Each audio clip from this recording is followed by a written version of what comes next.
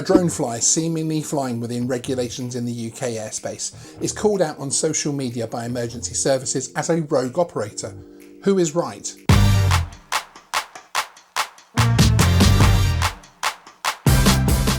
Hey everyone, my name is Sean and welcome to Geeksvana. On this channel you will see a wide range of content focused on drones and tech. So if that's your thing, hit the subscribe button. During my time running a channel focused on the world of drones, I have met and spoken to a wide range of enthusiasts, from professional operators who are lucky enough to be influencing regulations, to hobbyists buying their first Mavic Mini. One common theme persists throughout the drone community, whether I'm chatting to a professional in the UK or interviewing a drone pilot arrested in the US. Regulations. Some see regulations as an unnecessary oversight, and others welcome the opportunity to ensure the hobby has a secure future within a reasonable framework of regulation. Before we continue, once you have watched this story from Geeksvana, please let me know in the comments what your thoughts are. I respond to each one and find they help move the conversation along. The changing landscape of drone regulations is a hot topic, with many seeking clarification on where they can fly legally. One Twitter post has brought renewed focus on how the drone community is seen and handled by those using them commercially or for emergency response. An appeal was put out by Chris Rainford of Lancashire Fire and Rescue in the UK on Twitter. The post appeared straightforward. Chris was expressing his frustration that the service drone was unable to take flight. The post reads, "A couple of pics from the derelict pub fire in Ormskirk last night.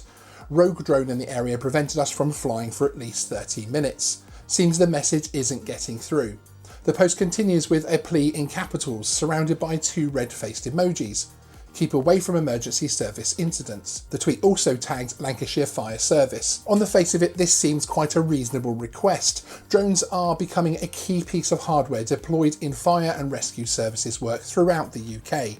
Certainly, no reasonable, responsible drone operator, whether they are hobbyist or professional, would wish to hinder any form of emergency service response to an incident. The post received a lot of support online, including many retweets from other fire service accounts. However, there was also another type of response to the post which became popular on social media. Those posts questioned whether or not the so-titled rogue drone flyer was actually deserving of the title. Drone flyers took to social media to request more information. Now, Geeksvana's own checks confirms there was no temporary danger area via NOTAM, and the area itself was not within a congested area or a restricted flight zone. Without knowing where the drone flyer took off from and background details, it would appear the flight was essentially legal. It should be noted that we, nor any of the posts that I have read, call into doubt the valid reasons why fire service drones should gain priority during an active incident.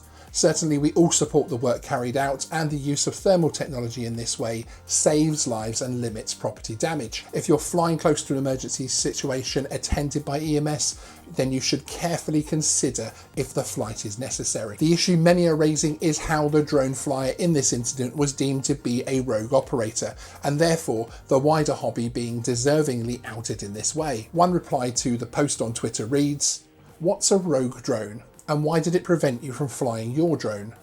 What message wasn't getting through? How were you sending the message, and to whom?" With another stating, "Rogue drone.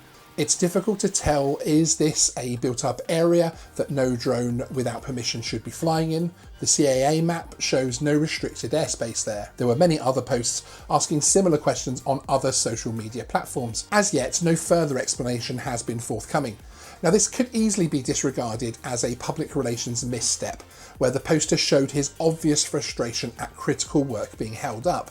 However, we should also be aware that this kind of message, when read by the wider public, begins to reinforce a negative image of the drone hobby, especially when it is likely the drone being flown was actually being operated legally. Certainly, we can confirm that as of this video going live, no police investigation into the drone flight is underway. What we need here is a healthy conversation to provide more information about what can and does happen around emergency incidents, and why drones are often now used to support those working on the ground. Work by the many social media accounts of fire and police services is trying to educate drone flyers of the need to secure airspace directly around incidents. This is often required at very short notice and means the NOTAM system is not a viable warning system. Perhaps this could be a space for the people behind the UK Drone Assist app to provide a short-term solution. At the moment, prior to a wider unified traffic management system being in place, a drone flyer is able to post their flight on the app for all to see. An emergency services priority post could be made with an active notification pinging users in the area. The EMS drone flyer could post and activate this within a couple of minutes. Either way, air users should all come together to resolve this issue. There are regulations and plans in place for UTM in the future, which would of course handle this, but we also need to find more short-term solutions which do not include labelling drone flyers as rogue so easily. Let me know your thoughts in the comments below. Thanks for watching, and see you next time. Please remember to like and subscribe.